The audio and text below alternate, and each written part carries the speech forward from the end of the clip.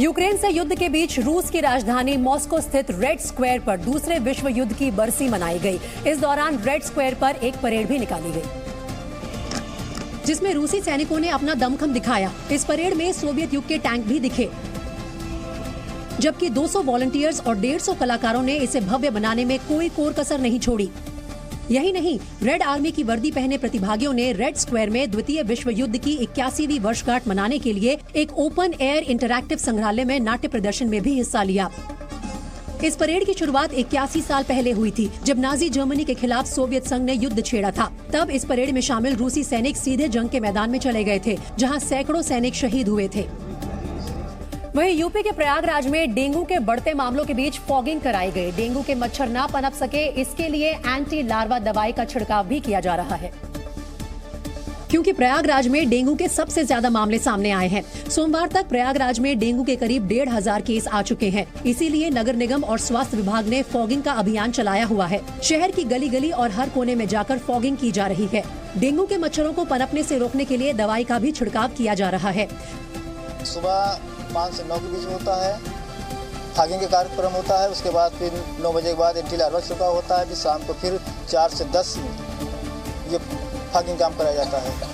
नगर निगम और स्वास्थ्य विभाग के एक्टिव होने से शहर के लोग संतुष्ट दिखे। नगर निगम और स्वास्थ्य विभाग की टीमें लगातार आ रही हैं और छिड़काव हो रहा है। आज भी हमारे यहाँ हमारी गली में एंटी लार्वा का छिड़काव हुआ है और फॉगिंग हो रही है, और इस वजह से हम लोग थोड़ा संतुष्ट हैं। स्वास्थ्य विभाग शहर के अलग अलग इलाकों में हेल्थ कैंप भी लगा रहा है, ताकि डेंगू के मरीजों की पहचान और वक्त पर इलाज किया जा सके।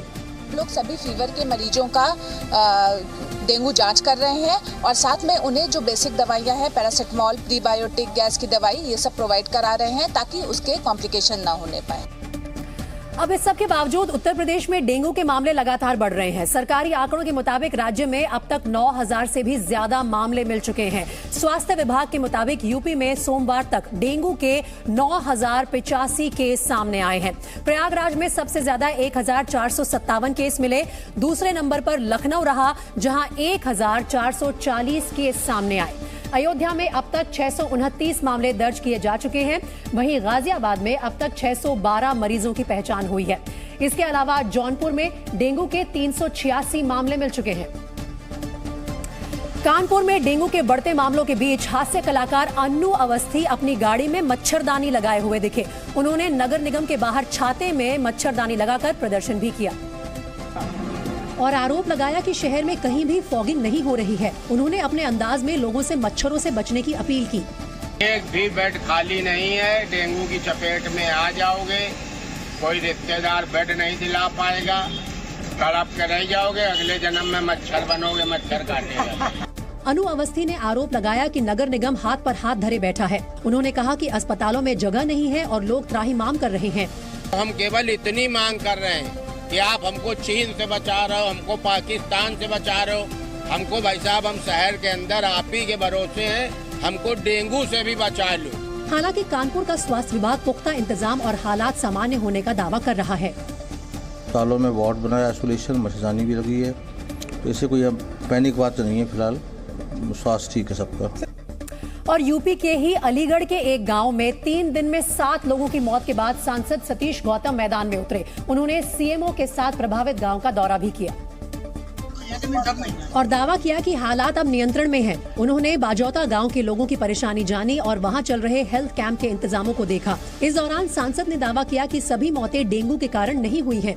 100% यहाँ डेंगू से मौत नहीं है, वैसे भी बीमारी से किसी कारण बस मौतें हुई हैं, लेकिन आज की डेट में उन पर पूरी काबू पा लिया। सांसद उन परिवारों से भी मिले जिन्होंने बुखार के कारण अपनों को खोया। उन्होंने कहा कि घबराने से प्लेटलेट्स कम हो रही हैं और बीमारी लोगों पर अटैक कर रही है। ऐसे ही बुखार आता है, एक माहौल बन जाता है, डेंगू हो गया, उससे आदमी घबराता है, और घबराने से क्या होता है, बीपी लो होता है, प्लेटलेट भी डाउन आती है। घबराने से सारी बीमारी एकदम अटैक करती है। उधर मुरादाबाद में भी पिछले 2 सप्ताह से डेंगू के मामलों में बढ़ोतरी हो रही है। अब स्वास्थ्य विभाग की टीमें लगातार लोगों को जागरूक करने और बचाव के तरीके समझाने में लगी हैं।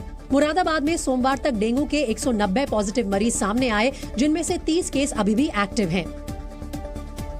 वहीं यूपी में डेंगू के बढ़ते मामलों के बीच डिप्टी सीएम ब्रजेश पाठक भी ग्राउंड जीरो पर उतरे। स्वास्थ्य महकमे की भी जिम्मेदारी संभाल रहे ब्रजेश पाठक ने डेंगू कंट्रोल रूम का जायजा लिया और अधिकारियों को जरूरी दिशा निर्देश दिए। उन्होंने कहा कि सभी डॉक्टर्स अलर्ट मोड पर रहें और अस्पतालों में स्वास्थ्य व्यवस्था दुरुस्त रहे। डेंगू मरीजों की जांच और इलाज में किसी भी तरह की लापरवाही न की जाए। डिप्टी सीएम ने जानकारी दी कि राज्य स्तर पर 2 कंट्रोल रूम दिन रात काम कर रहे हैं और प्रदेश के सभी जिलों में भी कंट्रोल रूम एक्टिव हैं। उन्होंने दावा किया कि अस्पतालों में डेंगू के इलाज की दवाइयाँ, प्लेटलेट्स और संसाधन उपलब्ध हैं। कंट्रोल रूम के निरीक्षण के दौरान डिप्टी सीएम ने वहां आने वाली कॉल्स की जानकारी भी ली और टीम के रिस्पांस को भी देखा। उधर बरेली में वन मंत्री डॉक्टर अरुण कुमार सक्सेना ने जिला अस्पताल का औचक निरीक्षण किया। मंत्री ने इमरजेंसी डेंगू वार्ड का जायजा लिया। उन्होंने अस्पताल परिसर में गंदगी मिलने पर स्टाफ को फटकार लगाई और सीएमओ को मरीजों के बेहतर इलाज के निर्देश दिए। मैं काफ़ी अस्पताल देखा और मैं इस नतीजे पर पहुंचा, इलाज तो ठीक ठाक हो रहा है, लेकिन थोड़ी सफाई की और ज़्यादा ज़रूरत है और व्यवहार मरीज के साथ संवेदनशील होना चाहिए। आपको याद दिला दे, डेंगू बुखार मच्छर के काटने से होता है। कुछ लक्षण हैं जिनके आधार पर डेंगू बीमारी का पता लगाया जा सकता है। डेंगू के मरीज को तेज बुखार आता है, सर दर्द होता है, इसके साथ ही मांसपेशियों में भी दर्द होता है और जोड़ों में दर्द की भी शिकायत होती है। मरीज की त्वचा पर लाल चकत्ते भी पड़ सकते हैं।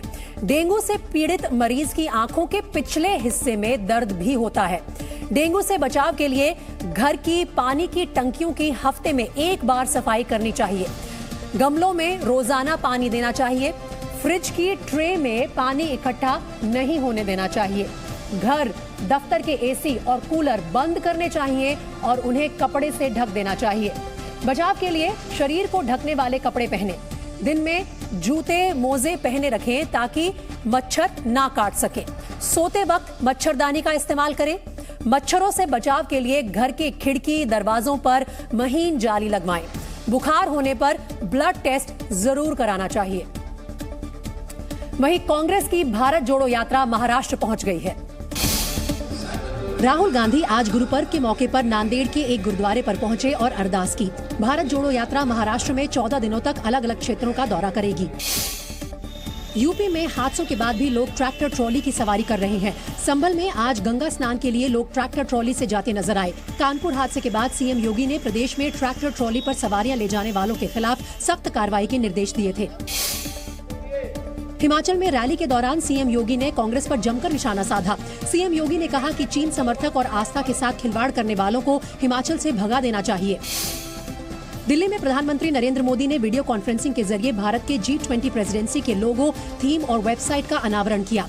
भारत 1 दिसंबर से G20 की अध्यक्षता करेगा।